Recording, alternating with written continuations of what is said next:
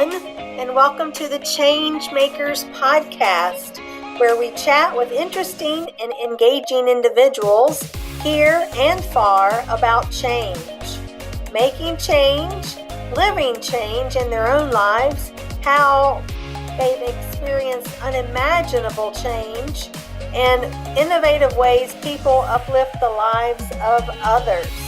We chat about triumphs over tragedies, mindset matters, and how we live out our life's purpose inspirationally. So please join us to be inspired and empowered to be the change you want to see in this world. You know, we can all be change makers in our lives. Here's to the change you're about to bring forth.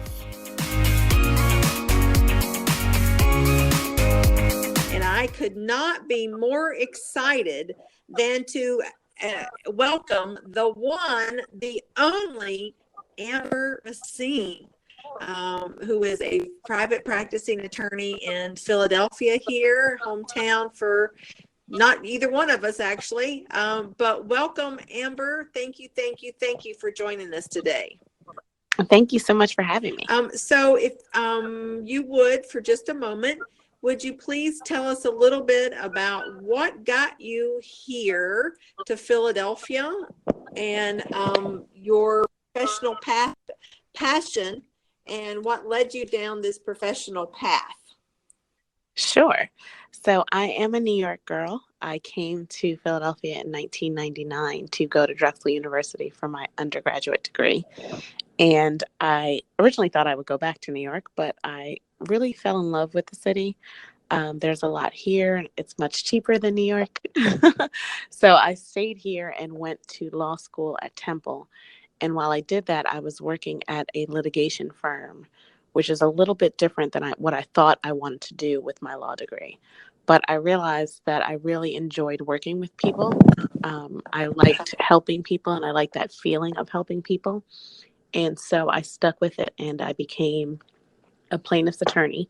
I work with people who've suffered injuries, and a lot of the times when they come to see a lawyer, they're at one of the lowest points of their life. They don't really know how to move forward, and they're not really sure of this process that we call litigation. And for me, I really enjoyed it. I really thought that I was helping people directly. You could kind of see the progression from when they come to your office and, they're at their very lowest to when they feel that things are becoming manageable, or they're even becoming better, or we're helping them in a way that they did not know was possible when they suffered their injury. And for me, that's really what keeps me engaged. It really keeps you going on those long days.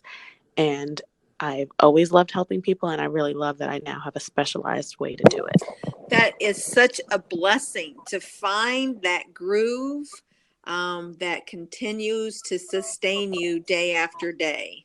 It really is. I mean, there are days with like every, career, every job, that there are days where it's really hard. So remembering why you're doing it is really important. And, I take my hat off to you because I've worked quite a bit with folks in personal injury attorneys, products liability, premises liability. It's tough. I mean, these are some gruesome circumstances. Your heart gets out over and again, I'm sure. It does. It definitely does. I mean, because if you have any empathy at all, you must get up every day just thanking God that, that you've been blessed and have not suffered the way some of these people suffer. Exactly. Because at the end of the day, most of my clients left their house or were on vacation or whatever they were doing. They were just like me. Right. They, we have cares in the world, but nothing as traumatic as this. And then something happens, and in an instant, literally, your life changes. Right. So help our listeners understand in that vein what a typical day looks like in your world. A typical day is a little bit varied. A lot of it is writing and advocacy through writing. A lot of it is meeting with people and talking to people. The law is a very relationship-based profession, whether that's clients or people that may refer you cases or doctors who are treating your clients. It's great to kind of connect with people all sorts of different ways. But a lot of it is preparation more than anything. I mean, I am a trial attorney, but the time that you spend in court is limited compared to the time you spend preparing for court. Mm-hmm. And, most of my clients obviously have never been in this kind of situation before. So I always feel it's very important to keep them updated. It's very important to kind of explain what may be day to day to you, but is a very foreign process to them. And I think that's most of my day. I'd probably start around 9:30. I'm not a morning person, but I usually finish around 7 and hopefully, have a little bit of balance to things. But when you like what you do, it's easy to get kind of wrapped up into it. Oh, yes. Oh, yes. The hours just fly by. So I understand this is, we're for those listeners, I want you to understand what an amazing woman we're talking to, because I'm going to continue to peel back various layers and let you shine, Miss Amber, because I mean, you are, you embody the image of superpowers.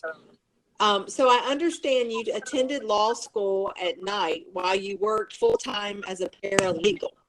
Yes, I did. That was interesting, to say the least. Wow. Super wow. That takes a special disposition. But share with us some of the greatest lessons you learned during that time. I would definitely say the number one is time management. I mean, you don't have a lot of time. When I'm working 8 hours, I'd have basically half an hour to grab something to eat and get to law school, which thankfully was only a few train stops away. And then some teachers, obviously, or professors, I should say, wouldn't let you eat in class. So sometimes that half an hour included shoving the food down your throat. But, when you wake up at maybe 7:30 and I'm at work until 5:30, I have class at 6. I get out of class at about 9:20. I get home at about 10 o'clock and, you're trying to maybe exercise, eat, do a little something for yourself. Wow. And study. On top of that, you really learn to be efficient with your time. There are some things that I never really thought that I would do. I'm single, and I'd have somebody come and clean up my house when necessary. And I used to feel really guilty about those kinds of things.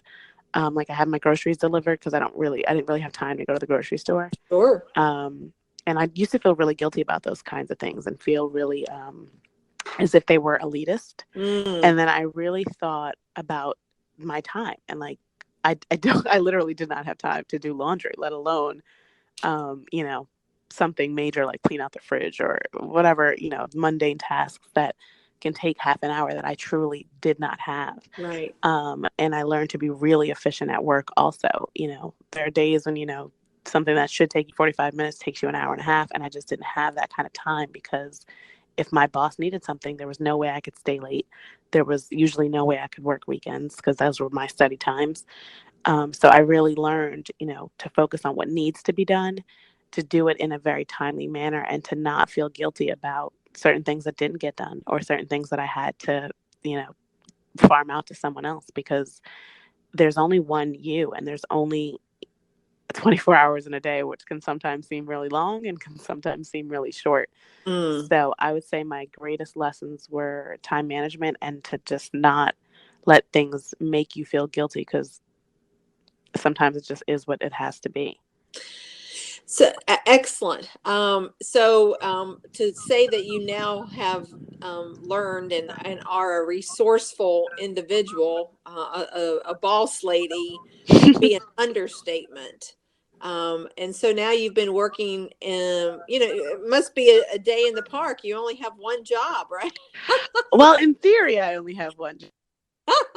Do a lot of pro bono work and a lot of board service, and that sometimes seems like a second job, but second and third and fourth, depending on where I am and what day it is. But I definitely think that those skills are something I'm happy I learned early on, because as a young attorney, I didn't feel the same sort of pressure in my time that a lot of my peers did. Right. Because at that point I did feel like, I can do this. So it's only 10 hours. I can do this easy. Compared to my old 13-hour days, not a problem. So that's definitely been helpful. So, how have you brought that forward? You've been practicing now for a little bit over a decade. Hmm. What of those experiences and lessons that you learned when you were doing that double full time duty, and now you were very quite established in a law firm as as a esteemed member, and we're going to talk about your curricular activities in a few minutes. But how have you integrated those two kind of lives? I think I would say through my board service. So I'm a past president of the Barristers Association, which is the association focused on Black lawyers in the city.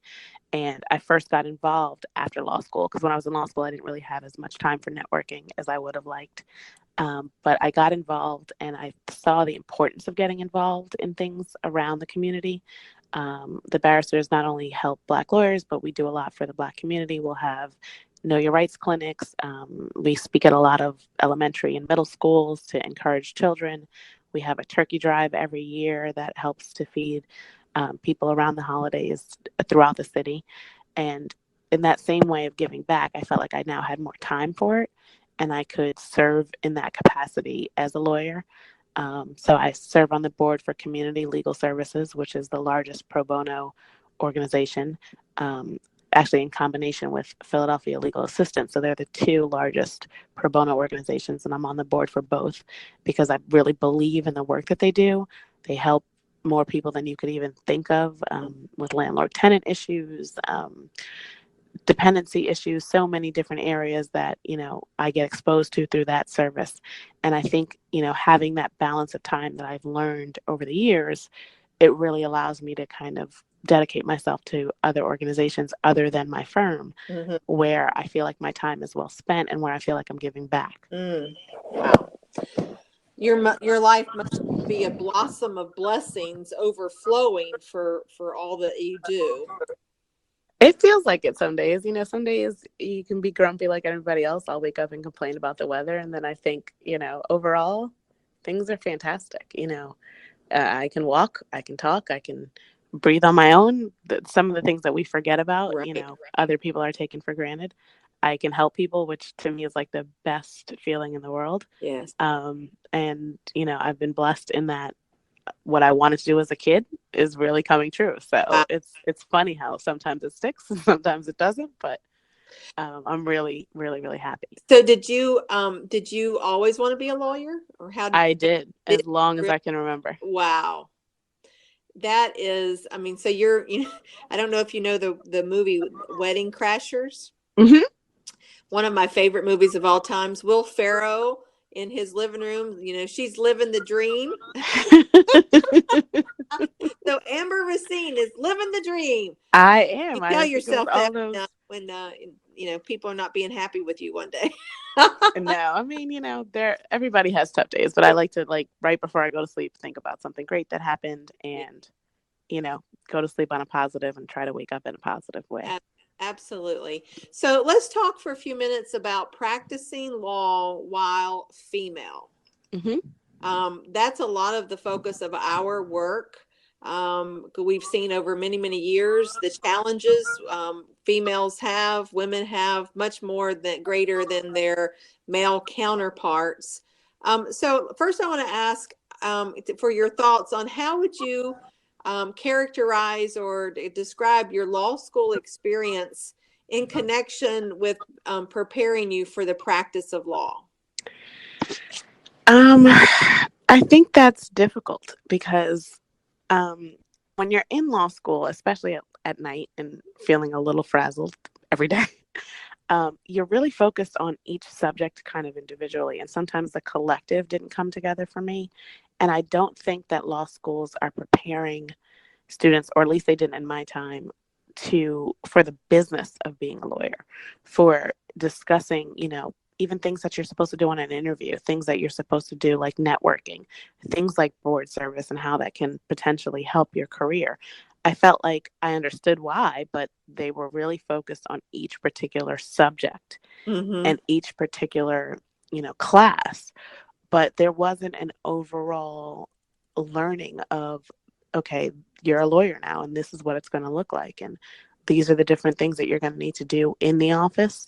There wasn't a discussion really of office politics per se. I was working at a law firm, so that benefited me, but I didn't feel like a lot of my classmates understood um, certain things, even things as simple as, a paralegal may not be a lawyer, but they're more helpful and they may have more experience than you do. So they're a great resource. But Sure. I didn't think it translated particularly well for me. Well, and you're not alone. As long as I've been working in and around legal services since 1991, I have been on a crusade to bend as many law school deans and associate deans of career strategies and different curriculum fairs, because they don't prepare lawyers for private practice. I mean, you get like, in my view, you get half of an education, how to write a motion or a film or do an oral argument, but nothing, when you show up day one at that law firm, how to do billable time or the business of law or the economics or, business development or any of those things. And exactly. And so they're becoming more and more important. I mean, it's just, you're getting half of an education. You're getting the technical education. And I guess that's what it's for. But I think that a lot of law schools would benefit from adding either workshops or even, one-off courses where they're just having people come in, or having the law students sit and listen to a panel of even what types of law there is to practice at this point. It's so different.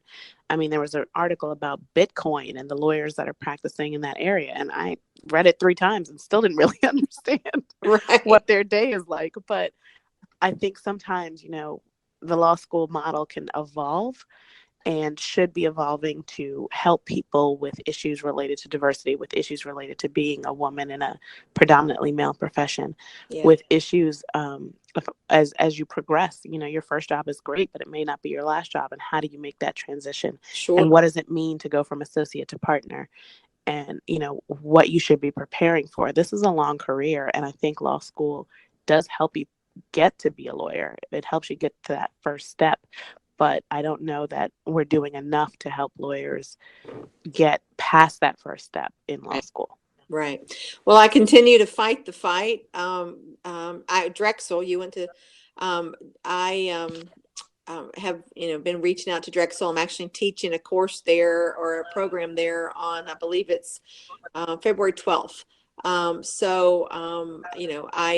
feel so convicted that, I see when they come to start at the practice of law firms, and they just are a blank canvas of what they don't know. It's a shame. It's not really fair to them, paying good money. They've just put aside 3 years of their life, and now once again you know nothing. Exactly. It feels like you're starting all over. Yeah, all over again. How many times do we have to do this in our lives? So from your unique point of view, what do you feel like needs to change to make practicing law more equitable for women?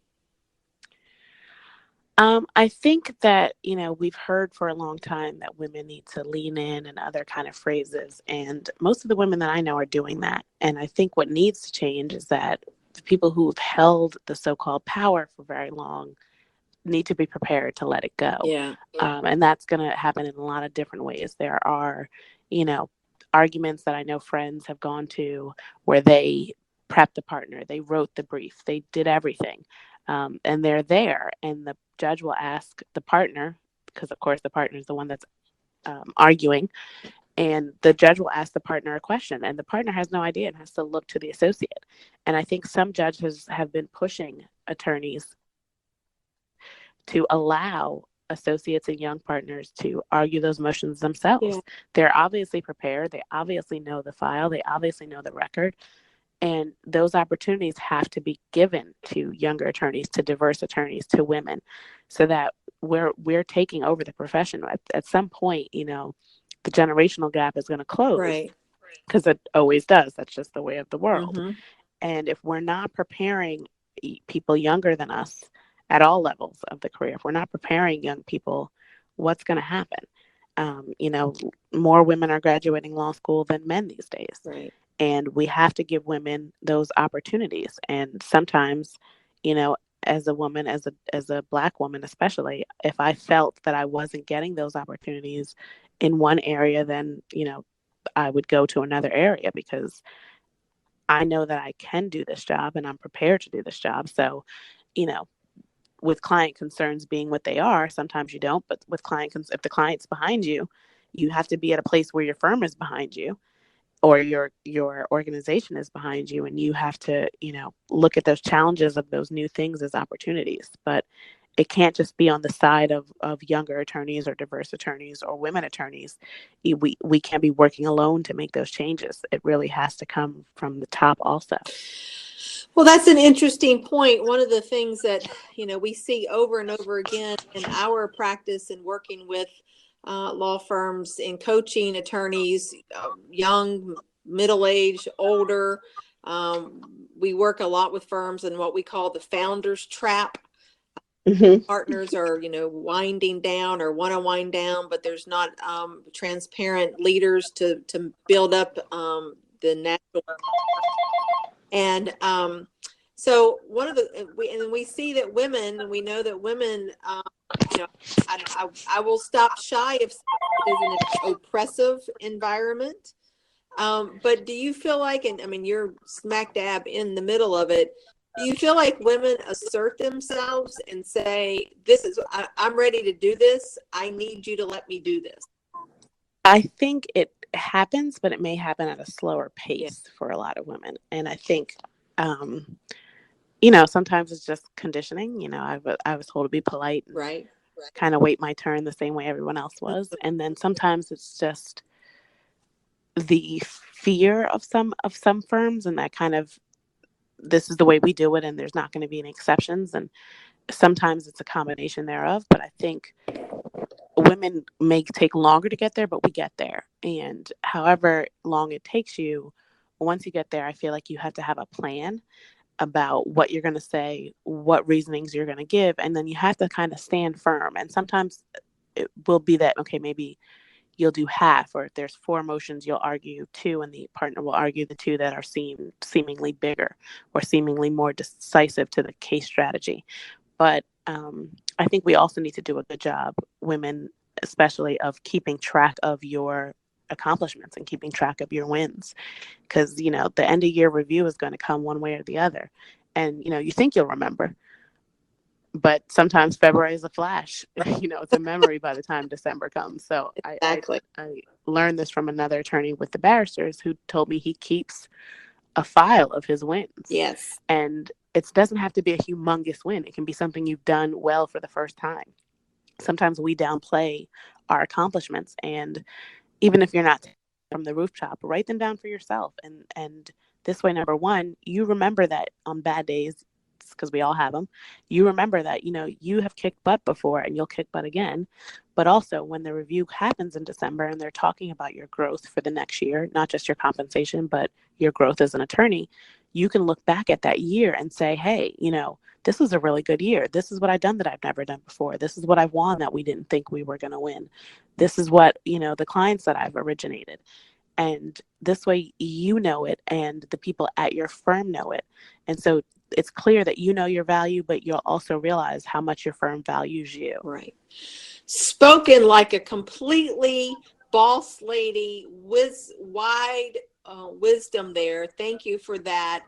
I am blown away with how confidently you are standing in your worth and accomplishments. That is just so amazing, because I don't see that a lot from women attorneys. But what you've said is absolutely spot on, perfect. Well, thank you. Because if you don't think you're worth it, and if you can't, point to, and lawyers love to be very analytical and want everything in black and white. So when you're working for other lawyers, and, it's unlike any other field I've encountered or observed, you've got to have, all documentation lined up, with tabs and, binding and whatever. But if you can point to it, then that's, very analytical. Here it is. This is the facts, Jack. Exactly. And, and that takes investment and time in yourself. I've benefited from a lot of your programming, Kimberly, where you've taught us this is what people expect of women, and this is what you to accomplish, and sometimes that's a tightrope. And I'm not saying it's fair, I'm not saying it's the way it should be, but sometimes you have to recognize it for what it is and figure out how you can advance and make the successes that you want for yourself on that tightrope. And so, I thank you. And I thank a lot of the people who've taught me that you have to invest in yourself and sometimes take these programs and do these extra things with your own time and sometimes with your own money, right, to make sure that, you have the career that you want to have. Exactly. And I mean, and I appreciate you raising that, because that's always been one of my main objectives, is to show and teach women lawyers how to create the career of their dreams by charting their own course. Sometimes you just don't know when you're starting out the path, but if you just keep putting one foot in front of the other and keep moving forward and investing in yourself, as you've said, and that I teach constantly, then you're going to see that, oh yeah, these are the good things that I'm doing, and oh well, I need to make a tweak here or there. And something that I say in our programs all the time is that your career transcends your job. Now, I love that. You should get that on a t-shirt. I know that you work for an amazing firm. I do. I'm really lucky to be here. I love it. And I mean, they're wonderful, solid, Stephen and so many others there that are Tim, who I know and think so highly of. But not all women find themselves in that situation. And they're not in a position where they can advocate for themselves. But yet, because we are taught to follow the rules, too many women stay stuck because they're lucky to have a job.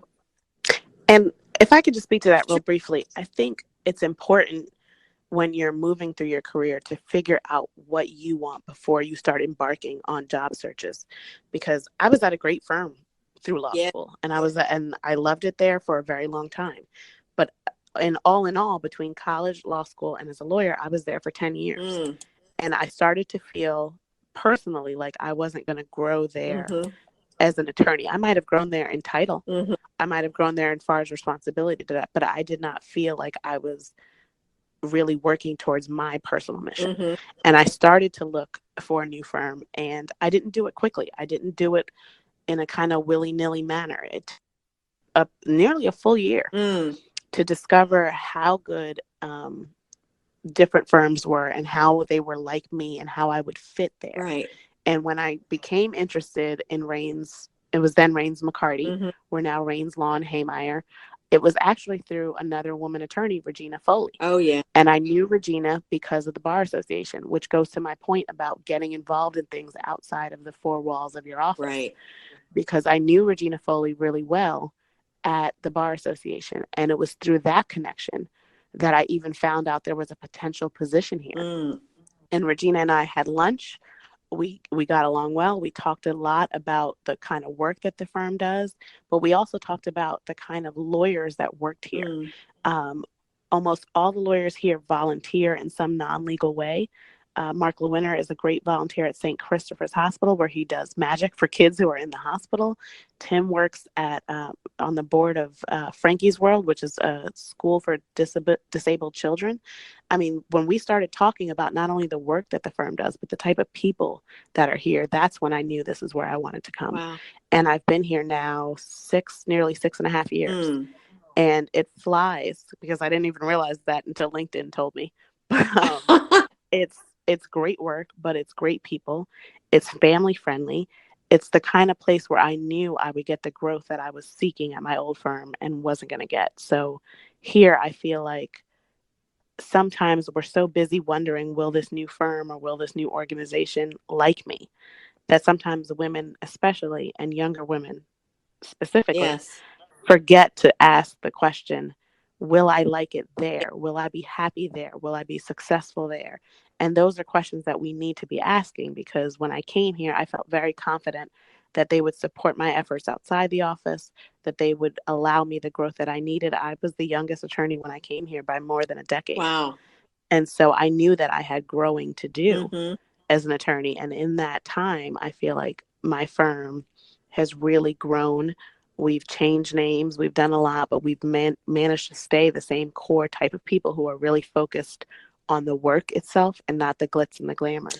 And for that reason, I knew Rains would be a good fit for me then, and Rains is now still a good fit for me. Wow, that is an amazing success story.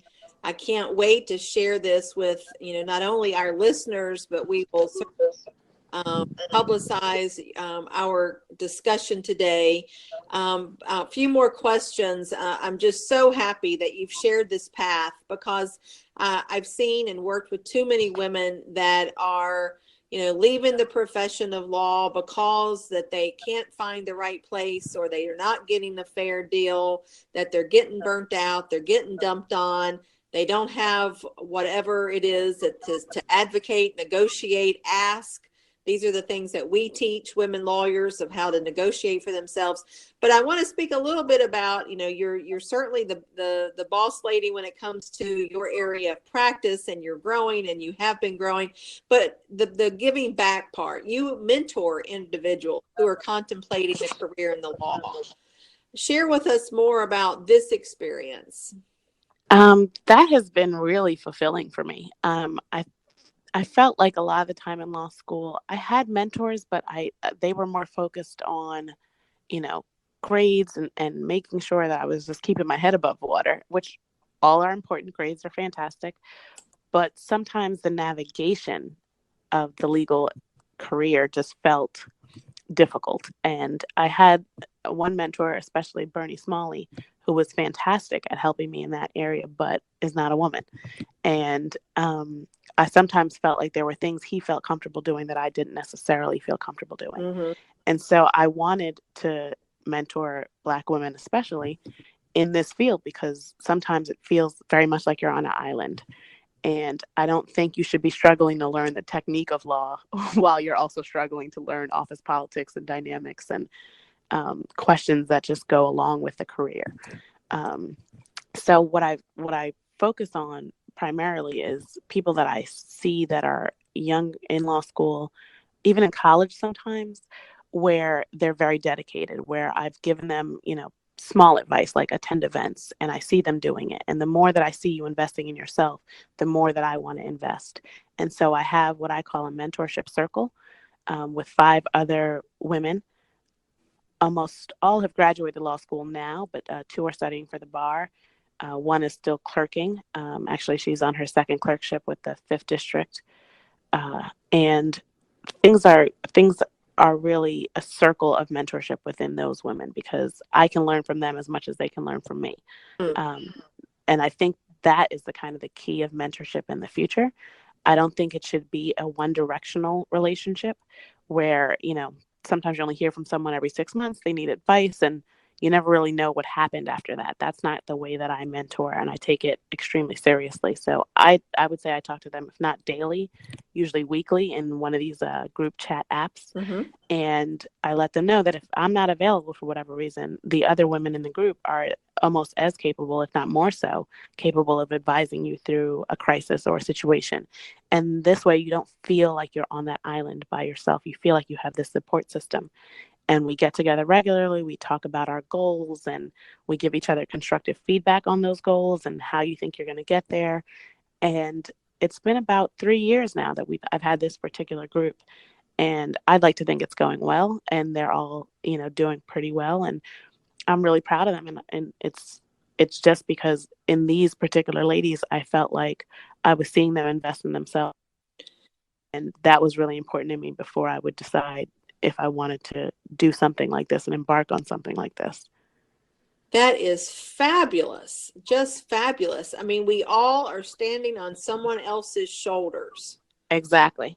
And they, I hope, through your example and through your guidance, they too will now uplift others that come behind them. They all do. I mean, they all have mentors that are either in high school, college, or law school. one of my mentees who just graduated from law school herself, Maya Brown, is very active with Big Brothers Big Sisters. And I think that's fantastic because she now has, I think, maybe a little sister that's about 13 or 14, that difficult age that we all may or may not remember. Oh, yes. But, she can now pass on those lessons that we've learned together as a group to somebody who's not even in college yet and will benefit so much from learning those things early in their, pre-career. That's fantastic. So you also, in addition to your very full day job and your mentoring, you also presently serve as a member of the Pennsylvania Bar Association's House of Delegates, the Pennsylvania Association for Justice Board of Governors, and the Philadelphia Bar Association's Board of Governors. Girl, do you sleep? I don't sleep much. No, I do sleep, but I think, it's important to me to show. I don't even know if it's to show, but it's important to me to serve as a leader, and I think sometimes that helps you build your confidence. It helps people really kind of respect you as a leader, even though you may be younger than they are or newer to the profession than they are. But I think it's given me great opportunities to learn more about the legal profession as a whole, learn more about the legal history of Philadelphia lawyers. As a trial lawyer, I think being involved with the Philadelphia Trial Lawyer and the Pennsylvania Association for Justice gives me a better understanding of our clients and some of the issues that we face. And I think when you're involved in things outside of your firm, it can lead to professional opportunities, such as the one that I got to come over to Raines Law and Haymeyer because of my relationship with Regina Foley, which originated at the Bar Association. Right. So you mentioned a moment ago that being involved in these associations and endeavors outside of the office can help you gain confidence.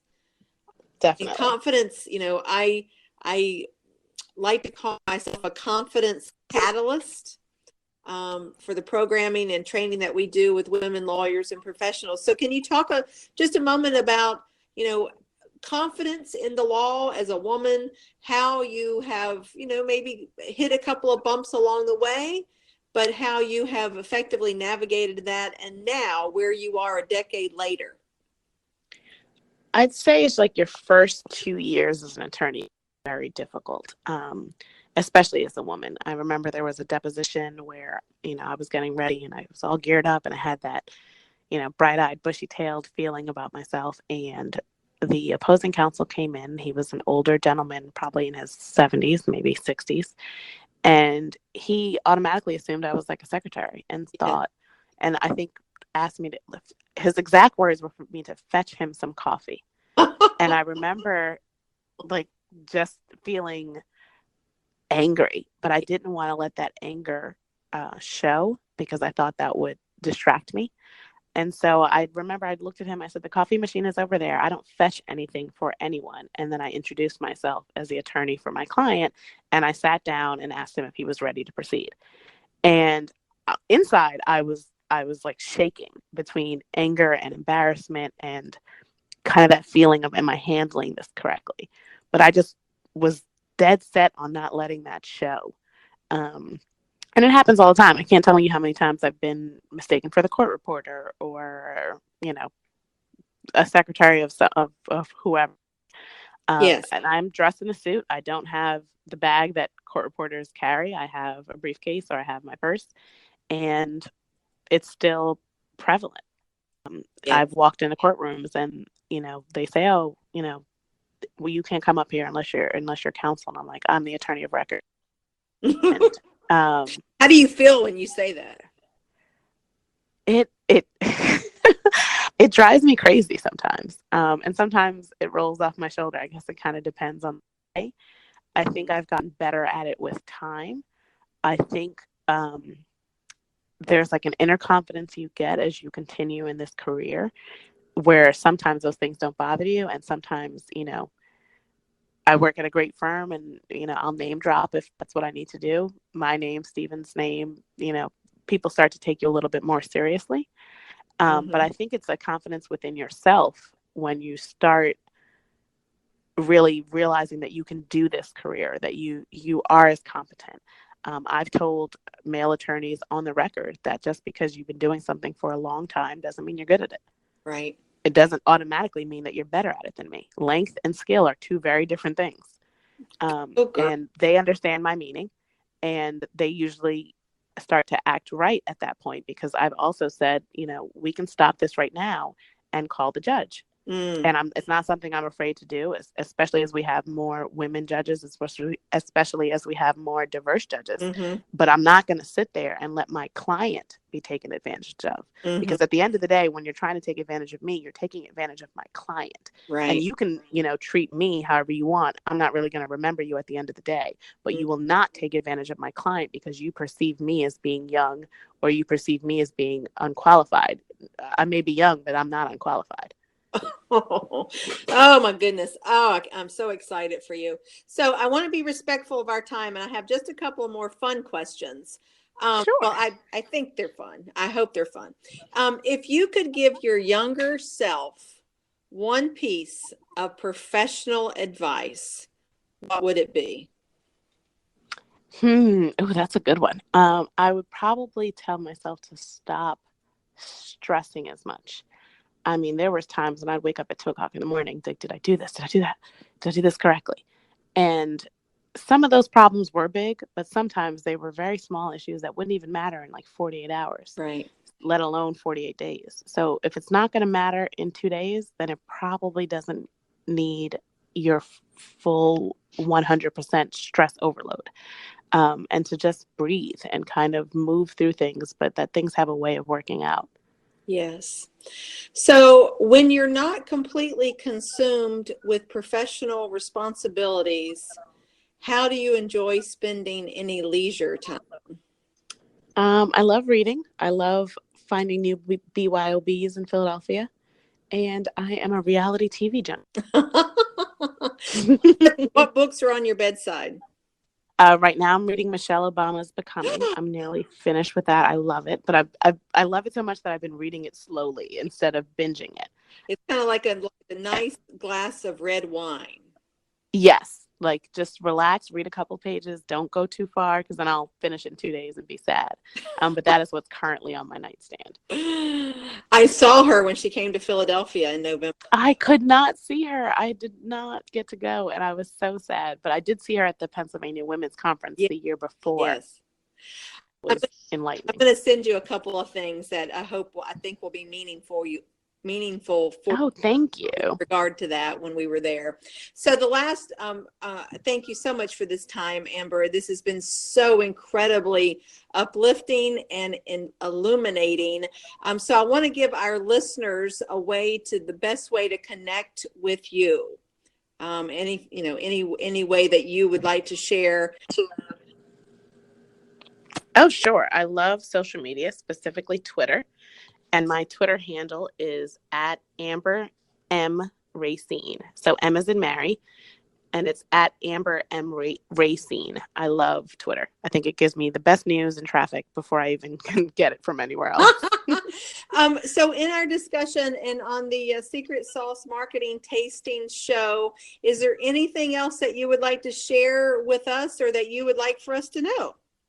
I'd really just like to thank you for having me, and to encourage anyone listening to reach out if they have any questions, if they have any concerns, if they're interested in the law, or if they, want to pick my brain about anything. And other than that, I really just want to thank you for what you do, and thank you for the help you've offered through the years, through a lot of the Philadelphia Bar programs and other programs that you do. But I just want to encourage women who are listening to believe in yourself and invest in yourself, and you'll be able to do anything. Right. Because like Michelle, we are all becoming. That is very true. And it's a continuous process. It is not a destination ever, but a journey. Correct. Thank you so much. And listeners, thank you so much for tuning in for another episode.